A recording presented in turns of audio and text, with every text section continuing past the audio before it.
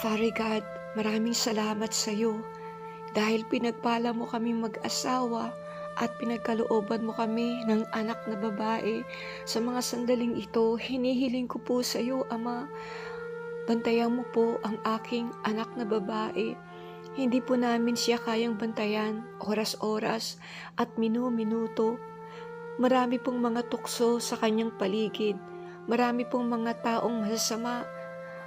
Kaya ang dalangin ko sa iyo, bigyan mo po ng karunungan ang aking anak na babae, karunungan na nagmumula sa iyo, makalangit na karunungan na pwede niyang magamit sa paggawa ng maliliit at mahalagang desisyon sa kanyang buhay. Ang kahilingan ko lang sa iyo, Ama, na palagi mo po siyang samahan, palagi mo po siyang alalayan, saan man siya pumaroon. Ikaw ang lumagi sa kanya, ang presensya mo, ang pumaligid sa kanya. Dalangin ko, palagi mo siyang samahan, huwag mo siyang iiwanan, Ama. I pray, Father, ilayo mo po ang aking anak na babae sa mga lalaking may masasamang motibo, plano o banta, mga lalaki na kampon ng dyablo, mga lalaking padala ng kaaway upang wasakin, sirain ang buhay ng aking anak na babae. I pray, Father, protektahan mo po siya sa mga taong may mga lihim na agenda, mga taong ang plano ay wasakin siya, mga taong nagpapanggap na kaibigan, na nakangiti sa kanyang harapan ngunit may lihim na plano para wasakin siya. Father God, magpadala ka ng mga taong may mabubuting kalooban, mga taong may takot sa iyo upang maging kaibigan ng anak ko.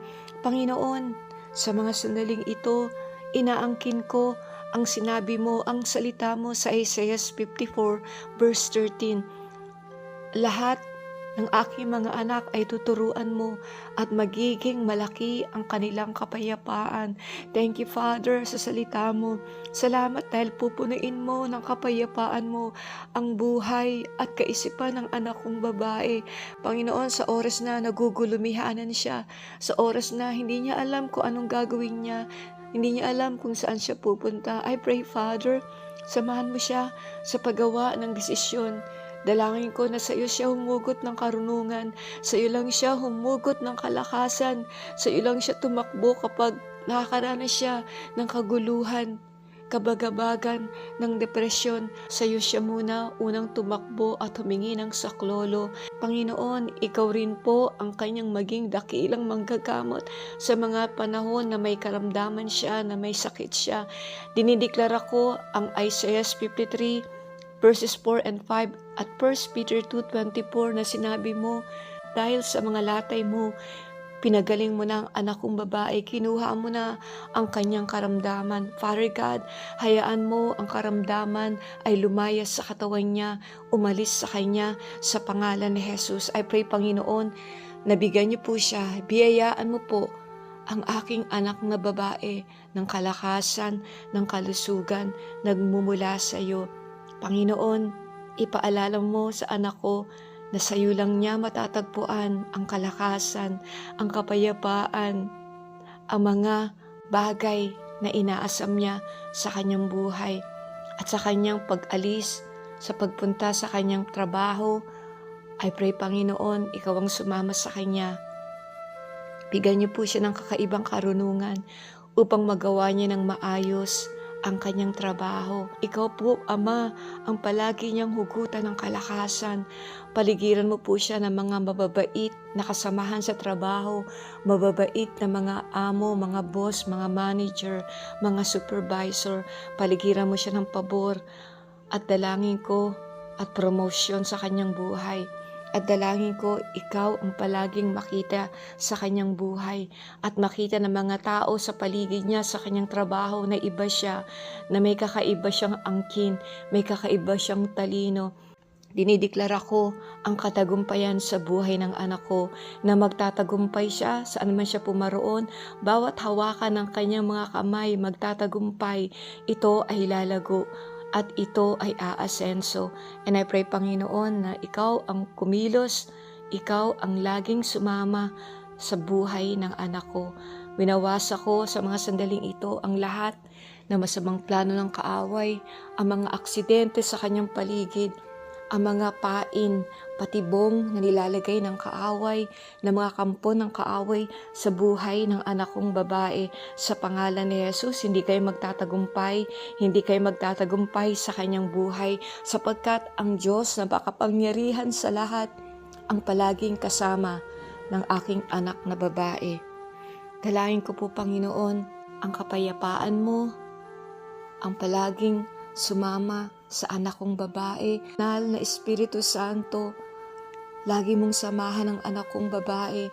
Lagi kang lumakad sa tabi niya. Lagi mong ituro sa kanya ang daan na dapat niyang lakaran. Ikaw ang manguna sa kanya.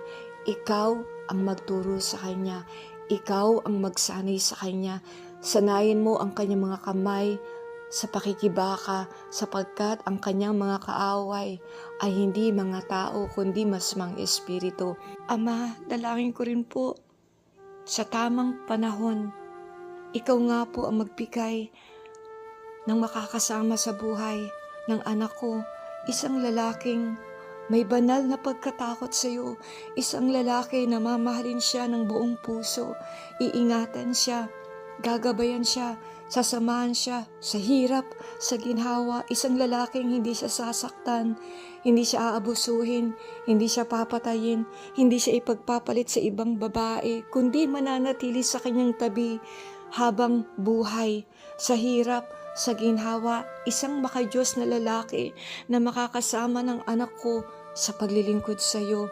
And I pray, Father God, biyayaan mo rin po ang anak kong babae at ang kanyang future na magiging asawa, na mga anak na magiging kagalakan nila, Panginoon.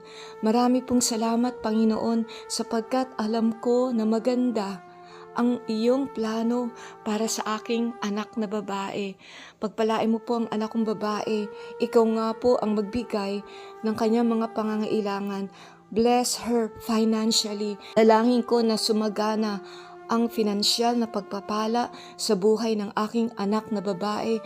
Dalangin ko wag po siyang makaranas ng kakulangan, kasalatan sa pananalapi, kundi palagi niyang maranasan ang provision mo sa kanyang buhay. Maranasan ng anak kong babae ang katapatan mo, ang katuparan ng iyong mga pangako sa kanyang buhay. Dalangin ko na maging matatag ang relasyon ng aking anak na babae sa iyo, na wag po siyang lalayo sa aking tinuro sa kanya, sa tinuro namin ng kanyang ama sa kanya, at dalangin ko dalhin niya ang takot niya sa iyo hanggang sa kanyang pagtanda.